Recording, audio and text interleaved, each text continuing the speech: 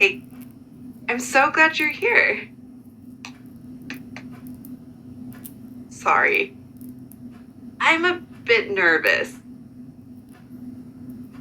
I have a blind date today. Yup, a blind date. I'm going on a date with someone I've never met.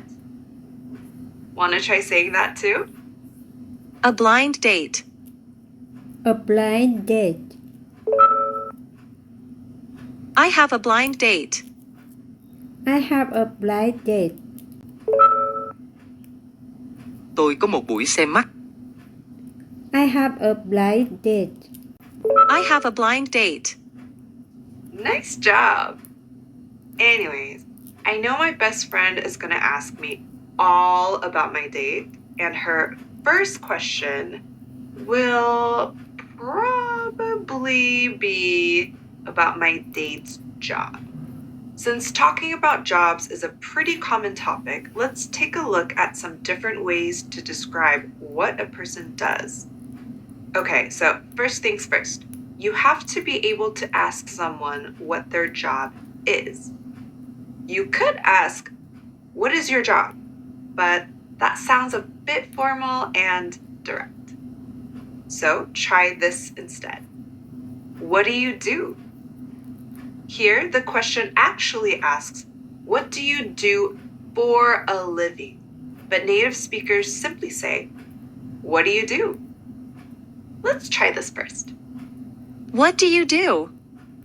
What do you do? Bạn làm việc gì?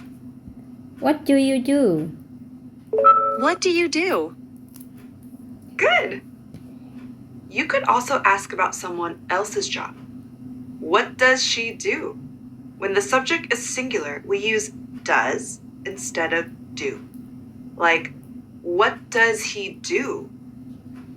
And what does Audrey do? Easy enough, right? Your turn. What does he do? What does he do? Cô ấy làm việc gì? What does she do? What does she do? Audrey làm việc gì?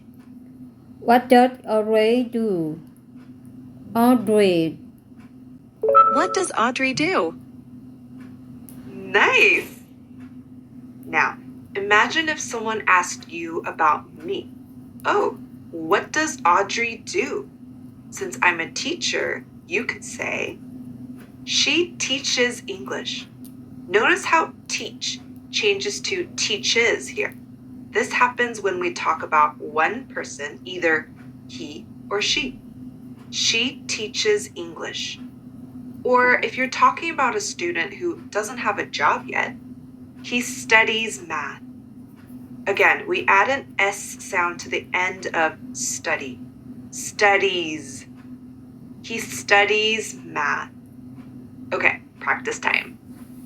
He studies math. He studies math. She designs cars. She designs car. Jenny teaches English. Jenny teaches English. Cô ấy học tiếng Anh. She studies English. She studies English. Sam thiết kế xe ô tô. Sam designs car. Car. Sam designs cars. Awesome job. All right, so if something's your job, then you're probably really good at it. But what if we want to say that someone isn't really good at doing something? Then try something like this. He doesn't cook well. Combine does and not to make one word. Doesn't. He doesn't cook well. It sounds a lot better than just, he is a bad cook, don't you think? Here's another example. She doesn't speak English well. Now, this doesn't mean someone's bad at English, just maybe not perfectly fluent. She doesn't speak English well. Okay, ready to give it a try? He doesn't speak English well. He doesn't speak English well. She doesn't sing well. She doesn't sing well. Anh ấy nấu ăn không ngon. He doesn't cook well. He doesn't cook well. Cô ấy nói tiếng Anh không giỏi. She doesn't speak English well. She doesn't speak English well. Nicely done. Alrighty, let's wrap up with a quick review. This time, though, we'll ask you some questions in English, and you can use the phrases from today to help you answer them. Ready? What does Audrey do? She teaches English. She teaches English. Does he speak English well? He doesn't speak English well. He doesn't speak English well. Does Audrey sing well? No, she doesn't. She doesn't sing well. No. No, she doesn't sing well. Amazing! You nailed it! Now you can ask and answer questions about other people and their jobs.